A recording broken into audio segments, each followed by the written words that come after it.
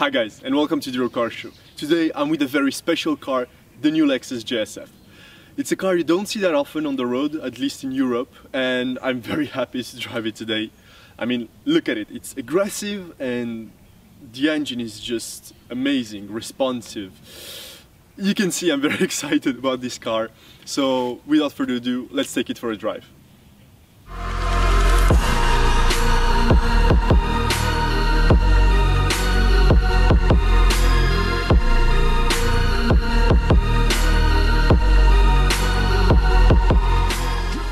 The Lexus GS F is Toyota Motor Corporation's answer to the BMW M5 and Mercedes-AMG E63.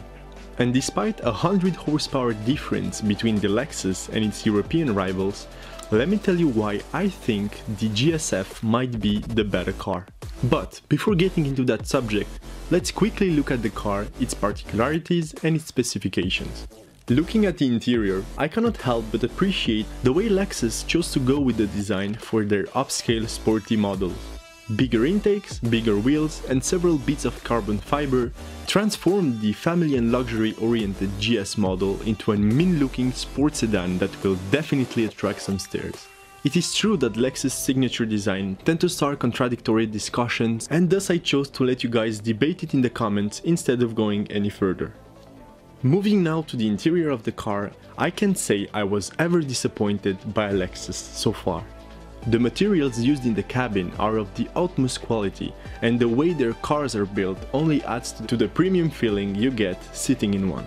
The Lexus GS F is an extremely spacious mid-size sedan with loads of room for the passengers as well as their luggage. As Jay Leno would say, a family of 4 could live in that truck. The car I got had pretty much every option available for the model, including the carbon pieces and the sunroof. And one last thing about the GS F's interior. Those seats are so damn comfortable and supportive, I wish every single car I'll drive in the future would have the same. But enough with car seats and design talks, let's tackle the specs. The Lexus GS F comes with a 5 liters V8 naturally aspirated engine that makes just over 470 horsepower and 520 Nm of torque. The power goes to the rear wheels through an impressive 8-speed automatic gearbox that feels as close to a dual-clutch transmission as a torque converter can feel. 0 to 100 km/h takes a little over 4 seconds, and the announced top speed of the car is 270 km/h. The top speed seems a little conservative to me, since I've personally driven the car on the autobahn considerably faster than that. The official numbers for average fuel consumption is 11 point something liters per 100 kilometers. And despite being really good numbers for a 5-liter V8 making that kind of power, I think that when you buy any sports or performance-oriented cars, fuel consumption becomes pretty much irrelevant. So if any of you is looking to buy a GS F and considers fuel economy as an important factor, please just buy the 450h instead. It is quick enough for most people and will be twice more economical.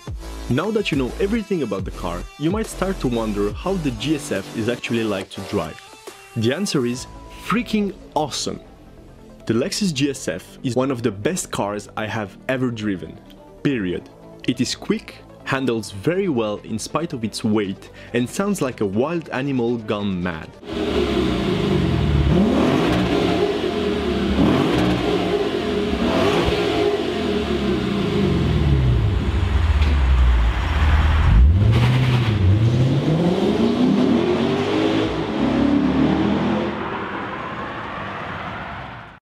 I love my time with this car so much that, immediately after I gave it back, I started scouting the internet looking for a good deal on one of those. This is a very luxurious, spacious and practical Lexus that somehow manages to turn into a proper driver's car when you switch it to sport. I know that a lot of work went into the chassis and suspension, which were a bit of a letdown on the RCF. And all that work turned this family sedan into a backroad killing machine.